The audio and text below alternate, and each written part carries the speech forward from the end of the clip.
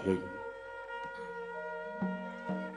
Hong ilahing awigna mastu purnama sidhem awigna mastu silat mriwang jagat karana siran tondo kawisisaning bisana sono sinawung lamlo wis temasih tantur lampahing Buddha jinantur tutur kadela tula-tulat milat ing waradya pinasita upama pramniskara karo diyung jaman purwa Benardi tameng lalata mangke teka pasraning gubita tan pun renggeng pralambang patumpa-tumpa marma panggung sang Purwengkata sebebyar dumadining wayang purwa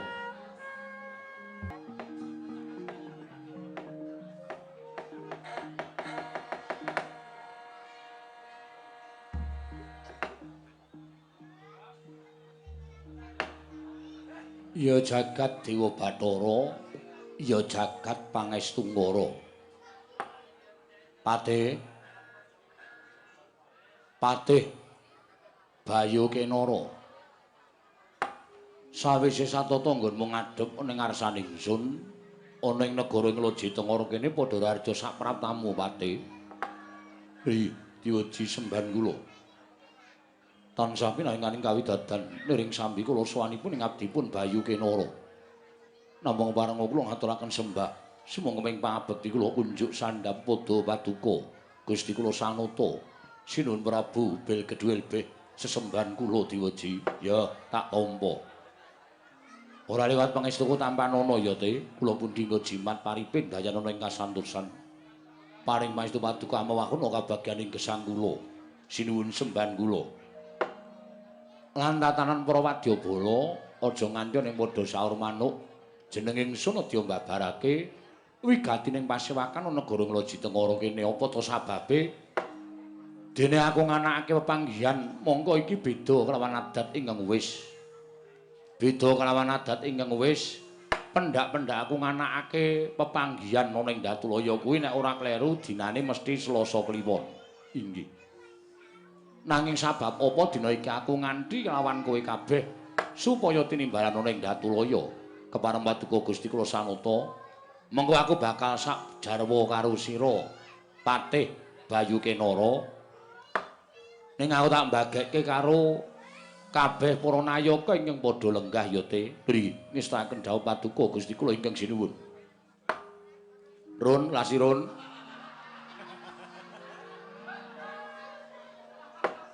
Zai. Wonten timbalan ing dawuh menapa diweji. Miji dhateng wiswanipun ing abdipun Adipati Lasirun. Wah. Glelengmu ora jamak-jamak.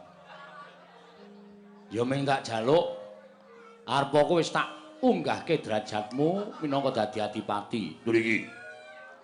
Ning aja lali karo kahanan sak nyatamu. Apa to sababe nganti kowe tak unggahke derajatmu?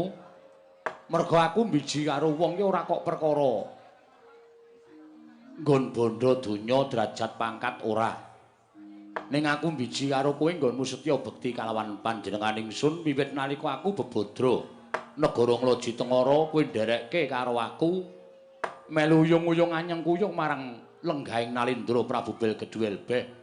Mula gedhe lelabuhanmu tumrap aku terus kowe tak sengkake ngaluhur dadi adipati nadyan tekan dina iki isih tak golekke wewengkon utawa wilayah ning sing baku kowe wis tak sengkake ngaluhur dadi adipati menapa sampun paduka dawuhaken badhe kula candhingga jimat raharja sak praptamu Adipati Lasirun tansah pinanganing kawidadan Nering sambi kula sowan kula kepareng kula ngaturaken sembah sumangga ing pangabektinipun ing abdi kunjuk ngersa paduka Gusti kula Prabu Mbel Kedhuwelbeh. Pisan meneh tak kandhani nek nganti ora tok gugu kowe tak lereni. Menapa kula nandhang kalepatan. Jenenge iki Prabu Bel ora nganggo M. Bel Kedhuwelbeh. Nek Mbel kuwi tegese kowe maido karo aku. Sewu kalepatan diagung pangaksami sinuwun. Ya ora dadi apa. Prayogakno nggonmu lungguh ya. Lasirun. tansah pinanganing kawidadan niring sami kula sampun boten kirang sekeca anggen kula ngabiyantara. Wah. Ya. Aku seneng karo kowe iki piyayine. Nyenengake ora tau gawe serik atiku. Mekaten sinuwun. Pate wonten dawuh timbalan paduka Gusti kula ingkang sinuwun. Kowe tak kanthi nyaket ana ing ngarsaning sun iki ana wigati kepareng Kambabarana ing abdipun Bayu Kenara. Kula nedya kanguraken jangga nelingaken karna mastuti sabda utama paduka Gusti kula ingkang sinuwun ing Loji Tengara Prabu Belgedwelbeh. Rada nyaket kene engko ndak dina dungkap ngono bakal nampa pengendikaning sun niki ngestakaken dawuh diwaji. Hanjrah ingkang Puspitarum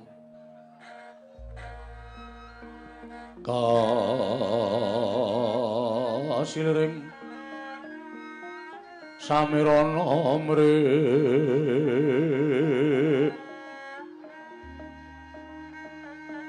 Om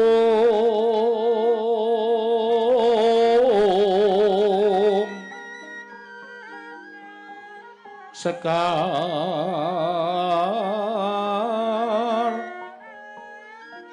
Gadong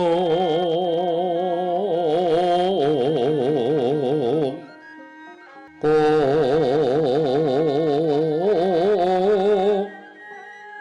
Ngas Kandanyo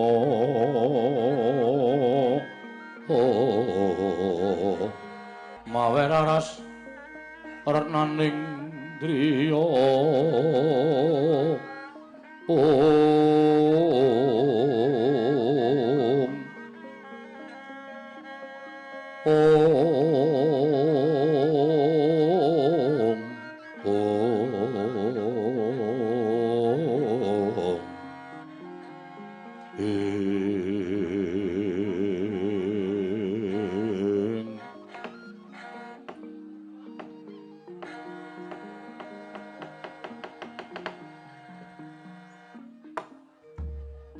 Janjane aku ora rembug perkara pribadining Prabu Belgedwelbeh babar pisan ora. Lajeng menapa pribadi paduka rembag madaning pasewakan. Ngene ya, Te. Nadyan ngibarate lagi sakyup ing payung parandene nggonku dadi nalindra ing negara Loji Tengara akeh sing padha ngundhangake entong negara Loji Tengara kuwi negara ingkang panjang kunjung pasir pawukir Lojinawi. Gemah Ripah Karta Tata Turaharja mriki. Apa ing ditandurana ing negara Loji Tengara bakal tuwuh ngrembaka wekasan habiyet poe dadi srana sandhang panganing para kawula. Mekaten Diwaji. Ya pancen kaya ngene iki negara sing tak karepake.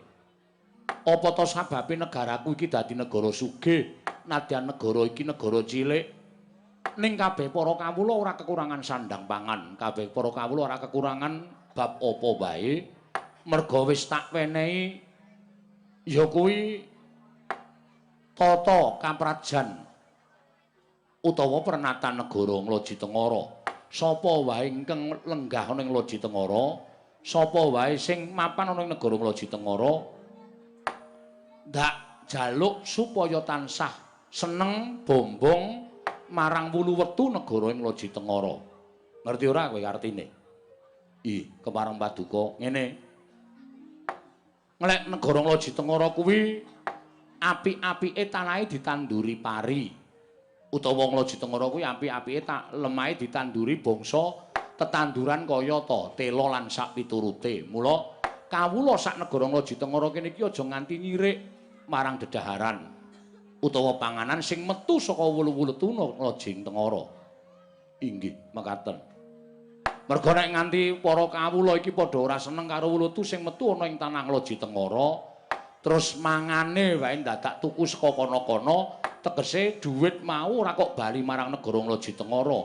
Ning dhuwite kawula mau metu saka laladan negara Loji Tengara, tegese nyugihke wong Jaban Rangkah, nyenengke wong Jaban Rangkah. Mula gandeng kabeh padha manut marang pernataning praja, negaraku dadi sugih. Ning ora kok aku diwenehi dhuwit saka negara manca ora. Ya merga saka para kawula nggone tansah manut bangun miturut kelawan pernatan negara ing Loji Tengara. Yen kawula nglaji tengara kene iki isane gawe tiwul, ya tiwul kuwi wajib dibanggake utawa gawe bombong atine. Dadi dedaharaning para kawula saben dina. Ngono. Yen kene iki wulu-wetune isa entuk pari, ya pari kuwi sing dadi daharaning para kawula. Tegese upama tuku pari, upama tuku tiwul, duwite ora tekan Jaban Rangkah ning bali marang negara Nglaji Tengara. Baline duwite para kawula kuwi dienggo mbangun wewangunan sing dibutuhke dening para kawula. Papan-papan kanggo ngolah raga supaya kabeh padha bisa nandhang kesarasan. Papan-papan kanggo sak pejagong nggone padha ngrembug swijining bab. Papan-papan panembah, papan-papan pasinaon kabeh mau saka dhuwiting para kawula sing ora metu saka jabaning rangkah negara Nglaji Tengara. Inggih. Mekaten sinuwun. Ha iya. Kawula Nglaji Tengara kene iki tak keparengake nganggo ageman sing pancen metu saka negara Nglaji Tengara. Tegese digawe saka negara Nglaji Tengara supaya diagem dening para kawula sak negara Nglaji Tengara. Aja bombong, aja bungah, aja seneng yen kowe nganggo sandangan saka Jaban Rangkah. Selagine sandangan saka Nglaji Tengara wae ora kalah karo sing saka Jaban Rangkah.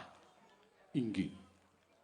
Menapa ing sampun paduka dawuhaken menika saestu sedaya dipun tindakaken dening para kawula. Lah, kanthi cara mengkono negarane bakal apik.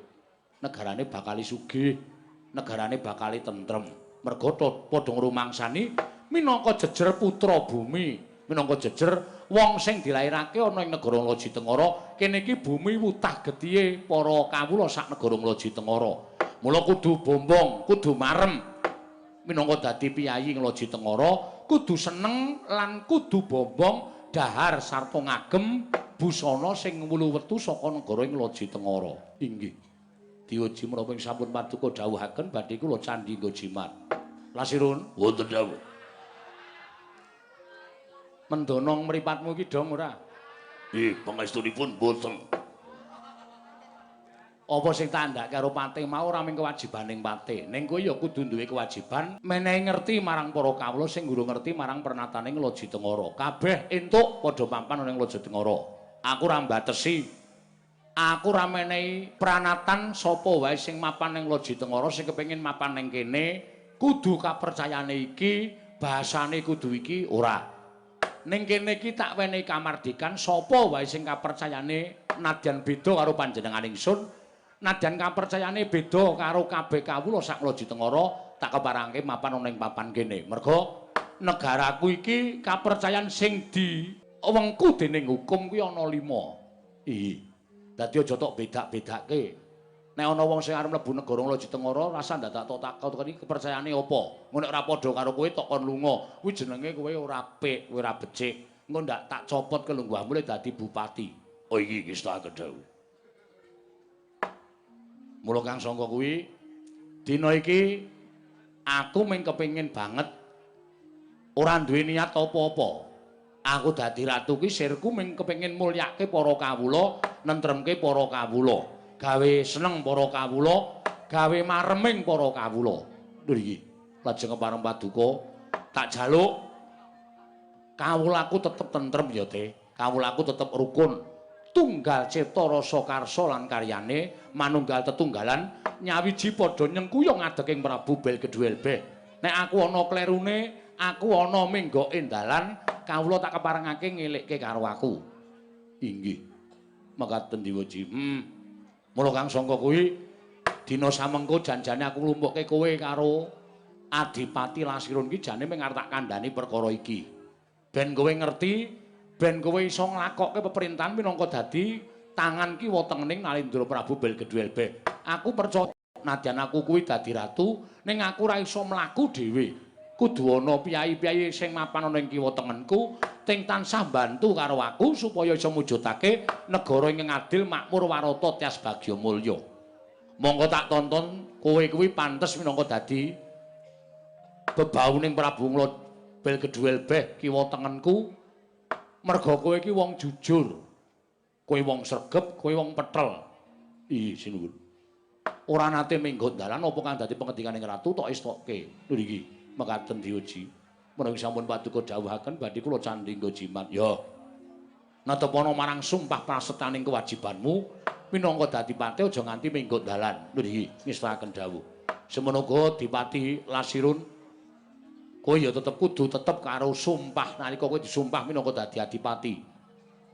Aja nganti pisan-pisan kowe wani ngenggokke perintahing Nalindra. Merga nek nganti kowe wani ngenggokke perintahing Nalindra ing Lajengara Prabu Belgedwelbe, nek nganti konangan panjenengan ingsun, aku nggunakake peperintahan sama beda dana denda. Tegese ora mbau karo kapine. Nadyan to kuwi wong liyan kebrayan mongko labot tumraping negara tak paringi ganjaran ingkang sakmurmat. Ning nadyan to kulit daging sanak kadang mitra sutresna sartaning sentana sentanaku yen nganti kleru tumraping negara wani nerajang pernataning negara aja takon dosa. Aku dhewe ingkang bakal matrapi pidana marang Nayaka ing Loji Tengara. Adipati Lasirun. Sigra-sigra yen permana kanca sigra ngrakit nawang sesangka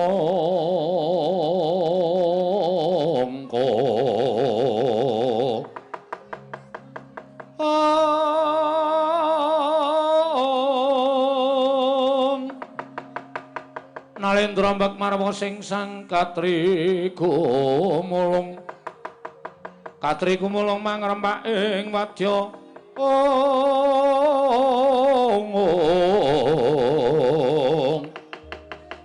Kurda kura rai kagiri-giri Ronanggono magawya gelari rawang-wang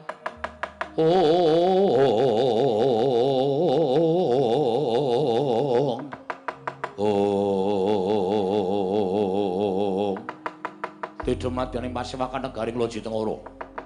Nalika semanten pangandikan pungkasan Sanuta Prabu Belgedwelbe Hagarya didemadyaning Pasewakan semanten ugi nata Prabu Tongtongsot dadan mobah dadan musik nganti kaya tugu Sinukarta tugu papan kang manggon Sinukarta rinengga-rengga kendel nglenggahi kanyu minangka wardu kanyuruh janeman ganten wadu janeman congna durung abang adul jumaning basaring pertolo kasaru geger njaba piyak ngarsa tengemping mriku sebab namu apa to kang dadi darunane ora ana matan rangke gajah medha Caka Wantilan kejawi namung utusan saking negaring Astina Begawan Durna tuwin Rekana Patih Sengkuni ingkang minggah datul ya negaring Loji Tengara karya jingkak kang samya mulat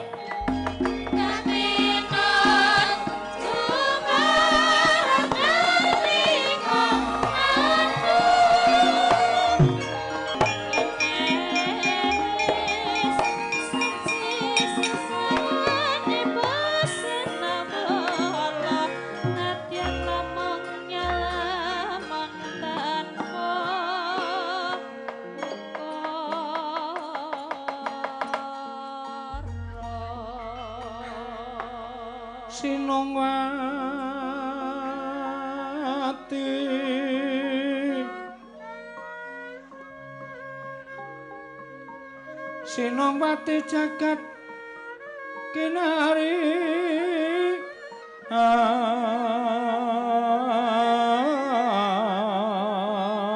among mbak lumembak ombak ing samudra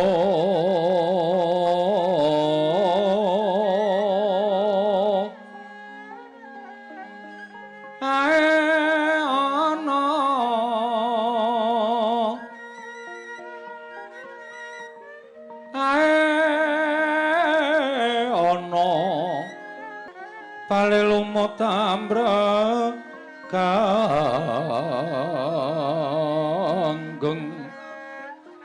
awita dencengan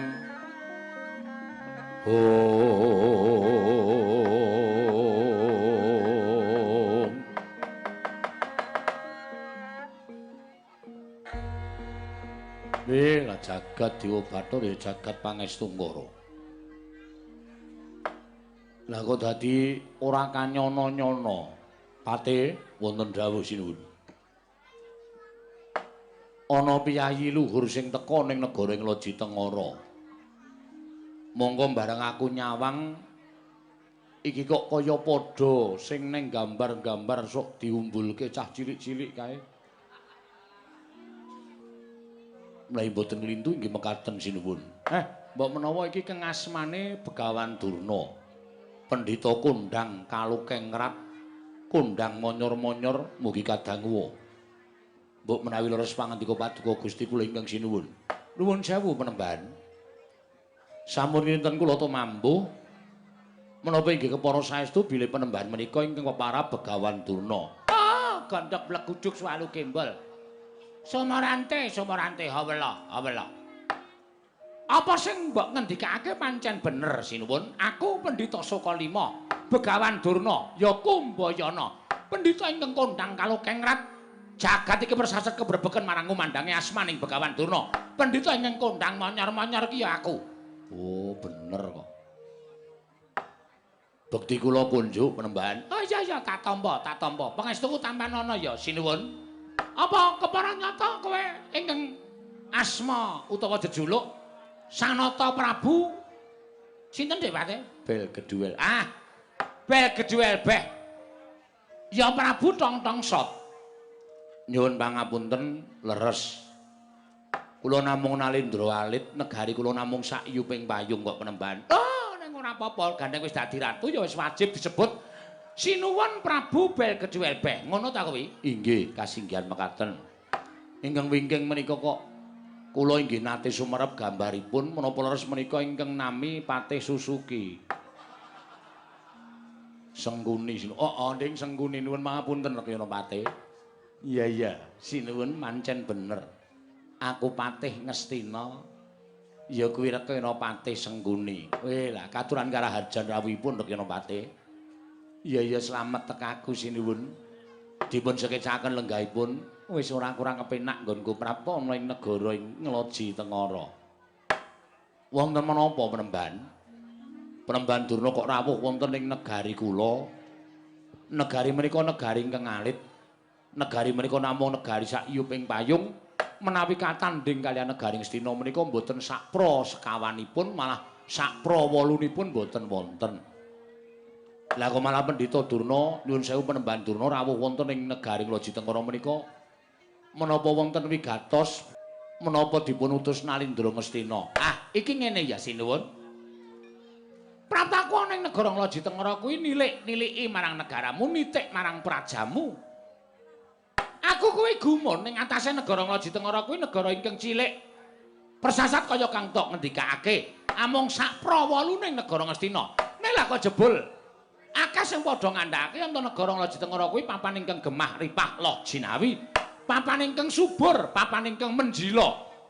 Nadyan mung sayuping payung negaramu nanging kuncaraning asmaning negara Ngloji Tengara nganti meh wae madani sarta kembari marang kuncaraning negara ing Ngastina. Oh ngoten. Mula kahanan iki ndadekake gumun penggalih anak Prabu Duryudana tumuli utusan kalawan aku supaya niliki marang kahanan negara Ngloji Tengara.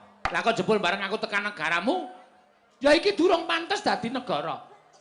Iki durung pantes dadi negara. Iki nek tumrap negara Ngastina ming wujude kaya dene kelurahan. Ngono. Durung ana gapura, durung ana ringen kurang loro.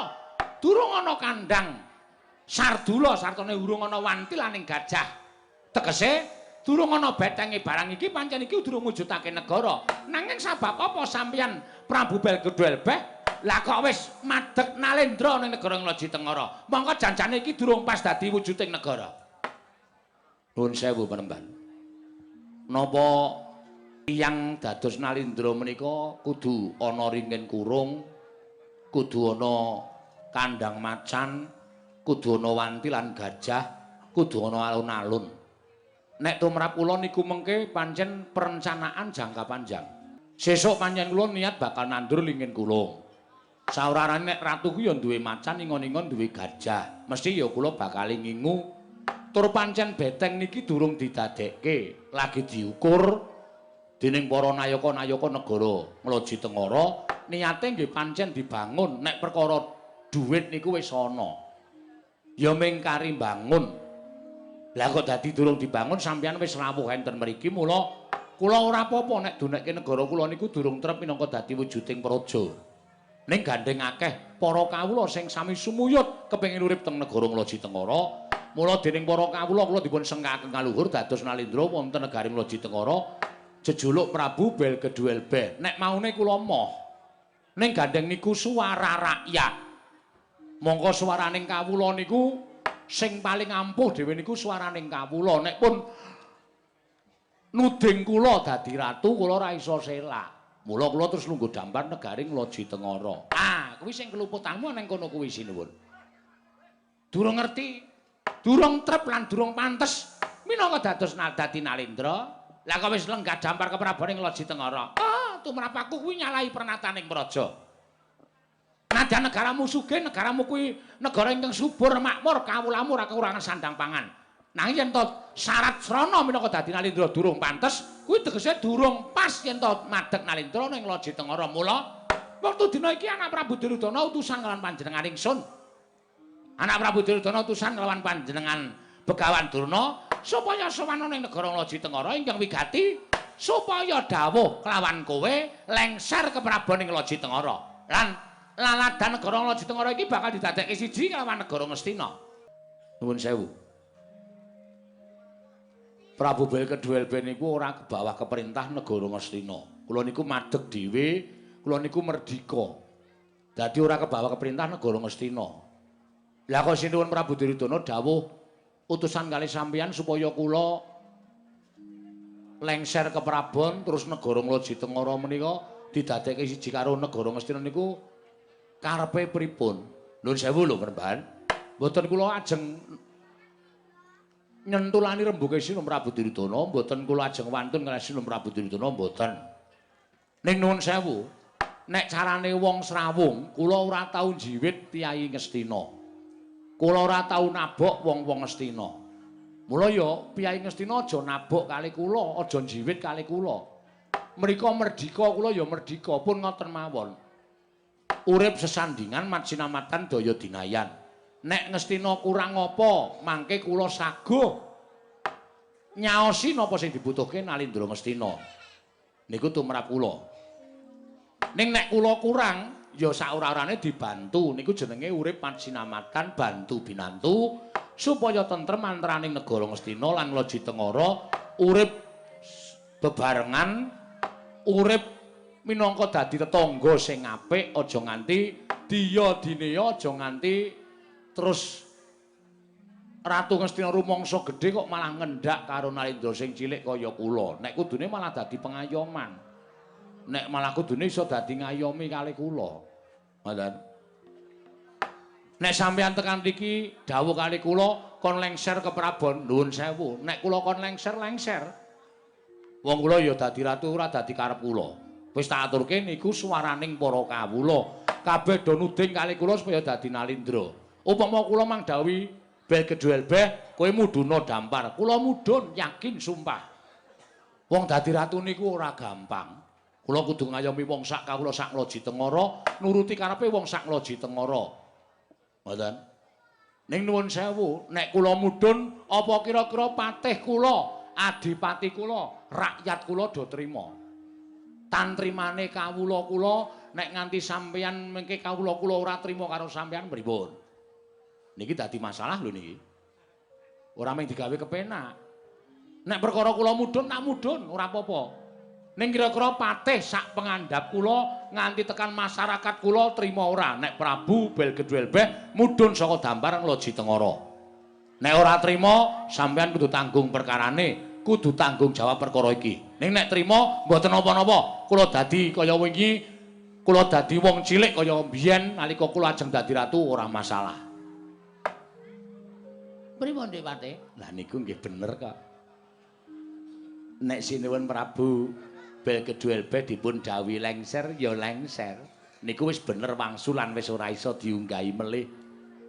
Ning nek nganti kawulane sing ora trima niki mengke kriwikan dadi grojogan, geguyon dadi tangisan. Nuwun sewu, Dik Pate, pripun? Nek kula etung-etung perkara tantrimaning kawula sak negara ing Loji Tengara niku mboten dados sebab. Lho kok mboten dados sebab? Akeh kawula sak negara Loji Tengara menika ora sak pro 16 akeh kawula sak negara Ngastina. Mula nek kawula sak Loji Tengara niku mengke padha nesu, prajurite padha ora trima, ditataki. Aja di ungalke gigiring para Sata Kurawa, ning diungalke dadaning para prajurit negara Ngastina. Lho nek cara kula ngoten, Niku mangke malah kriwikan dadi grojogan geguyon dadi tangisan. Sing maune rembug apik-apik malah dadi bentak sirah sing ora karu-karuan. Malah ngrekoso lho kula karo sampeyan. Ponto, sampeyan manut kalih kula. Butuhe kula kalih sampeyan kudu ngestokke daya anak Prabu Duryudana, Prabu Belgedwelbeh kudu mudhun saka dampar.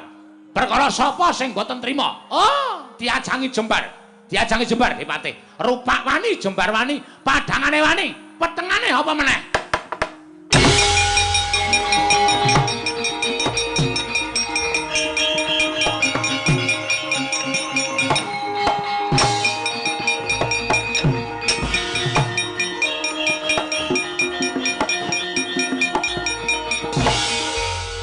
Run, kasih Run. Rasa aneh-aneh Run. Kowe ngopo kowe? Jagat Dewa Bathara. Jagat Pangestu Nggara, jagat jembare ora jamak. Ngandel ora. Niku pripun nek pun wonten warok sing ngadeg teng ngarep sampean mongko bringose dipelintir mempenge ora jamak. Pun pangtandangi dhewe lho. Kula wis ngomongi sampean ora nggugu, wis monggo dirampungke. Ajeng temu ndi, Dik? Golek rokok. Ati kula kok kaya ora penak ora. Lho, iki sapa iki? Iki sapa kok mripate mendeleng brengose diplintir? Ditepungke. Abdining Sang Prabu Belgedwelbeh, Adipati Lasirun. Loh, Adipati Lasirun? Yo, dasar kepuru nyoto. Lah kok dadi kowe malang kadhal ning ngarepe Begawan Durna. Kowe ora ngerti tata krama, ora ngerti ento Begawan Durna kuwi pendhitaning Narendra Kondang Binathara. Pendhitaning Sang Prabu Duryudana pujangganing negara Ngastina. Sapa-sapa padha nyembah karo aku, sapa-sapa padha ngaosi pepadaning Begawan Durna. Lah kok dadi kowe malang kadhal ning ngarepe Begawan Durna? Kowe ora ngormati karo Begawan Durna, kowe ora ngajeni karo Begawan Durna. Ora sute aku ngajeni kan. Ning negara Ngloji Tengara kuwi wong sing kepengin diajeni ana tetembungan. Nek kepengin diajeni ngajenono. Nek kepengin diajeni ngajenono, nek kepengin dibasani basanono. Ning kowe jebul pendhitaning ratu gedhe ning ora duwe tata krama, ora duwe unggah-ungguh. Bangsat. Run, sekono to nilai diesel wae kono mah. Kok malah malang kadang. Karepmu piye? Kajengipun sinuwun, boten kiat ngampah mubal babaling kanepsun. Ing atasipun ratu Gusti kula sesembahan kula Sang Prabu Belgedwelbeh ingkang sampun dados sembahanipun para kawula sak negaring Ngloji Tengara. Teka dipun suwun supados mandhap wonten ing dampar. Sampun dados prasetyanipun Lasirun. Kenging Prabu Belgedwelbeh mandhap saking dampar nek pun gumlundung sirahe Lasirun. Weh lah, cah kendel tenan iki. Kendel mawon. Padake. Mantan sopir terminal. Kono ora kendel. Loh, lha kowe arep ngapa? Kowe arep ngapa karo Begawan Durna? Begawan Durna. Apa? Sang Nata Prabu Belgedwelbeh ora bakal mudhun saka dampar. Taunana Windanana. Sang Nata Prabu Tongtongsa tetep dadi sembahaning kawula sak Ngloji Tengara. Sapa sing bakal gawe rusak, sapa sing bakal gawe geger negara Ngloji Tengara. Dudu sapa-sapa sing bakal ngajangi jembar kejaba mung Adipati Lasirun. Loh, nek ngono kowe wani karo Begawan Durna? Apamu sing tak wedeni? Apa dikira aku ora ngerti karo kowe? Kowe pendhita kondang monyor-monyor mung kondange tok ning nyatane ora ana. Pendhita genthong umos, pendhita merak kecancang. Kowe tekan kene diutus Prabu Duryudana supaya nglengserake Prabu Belgedwelbeh. Delangap-delangap ucapmu ora duwe tata krama. Apa kaya ngono kuwi pendhitaning ratu? Apa kaya ngono kuwi pantes diajeni? Cetha, saiki nyata kondang jagat wis padha nekseni yen Ngastina kuwi punjer-punjere wong elek, punjer-punjere wong durhaka, punjer-punjere wong jahat. Ngendi-endi yen klebon wong Ngastina sing maune tentrem dadi kisruh, sing maune rukun dadi padha bentak sirah. Mergo saka lambene wong Astina. Hus! Lasiron. Bela keparat bocah iki. Lah kok dadi kowe wani ngene karo aku. Wah, gugu karepe dhewe. Kowe iki mung adipati saka negara cilik. Kekuatanmu sepira? Aku nggawa Kurawa segelas papan. Yen kepengin ngranjap matimu bakal kelakon. Aku ora wedi tekaning pati. Aku ora wedi mati. Ora sandadak kowe perintah Kurawa. Aku nek wis entek batrene mati dhewe. Dadi perkara mati ora ana ning tanganing Kurawa, ning tangane sing gawe jagat. Mati uripe Lasirun ora perkara Sata Kurawa, malah saiki dadi jalaran. Nggonku njajal para Sata Kurawa. Sing jarene Kadang Nata kaya ngapa tanan. Ora metu njaba glandang Sundamare. Ora metu njaba dugangi raimu. Ora ta.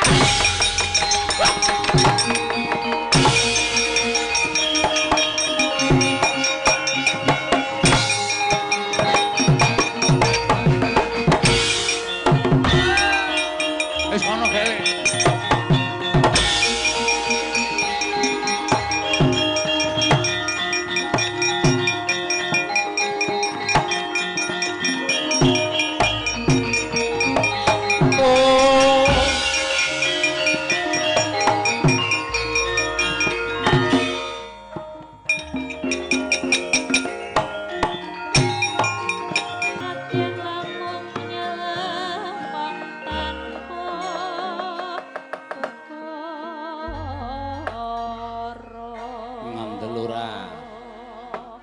Wis mbedhek kok.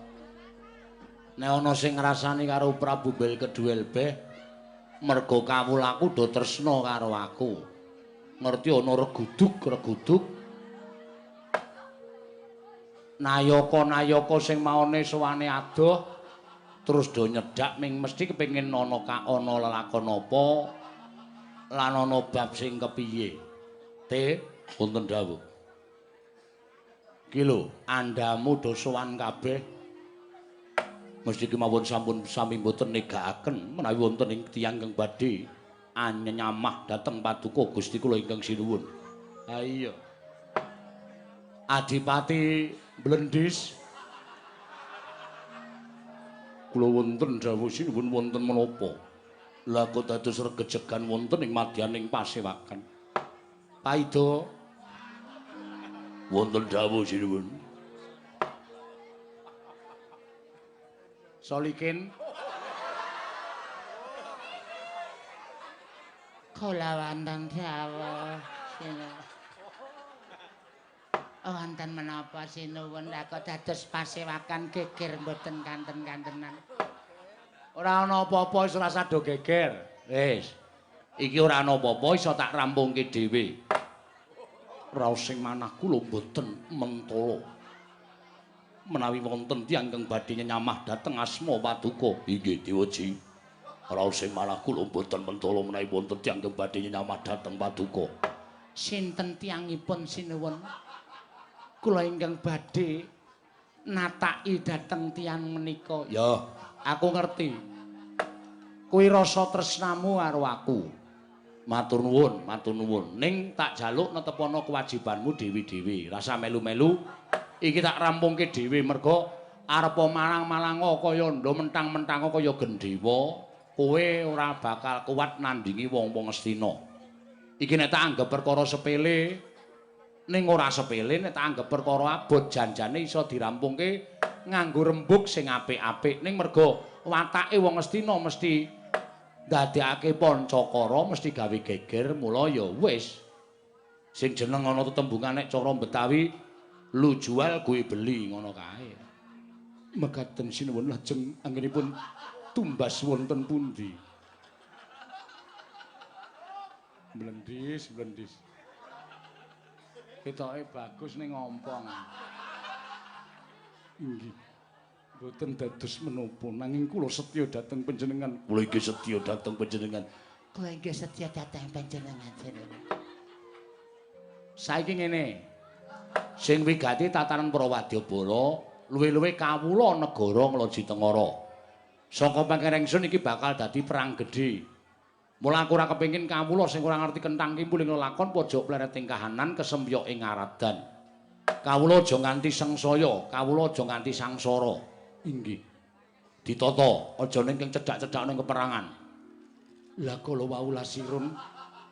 Lasirun wis ben wong sing nantang Begawan Durna ya Lasirun.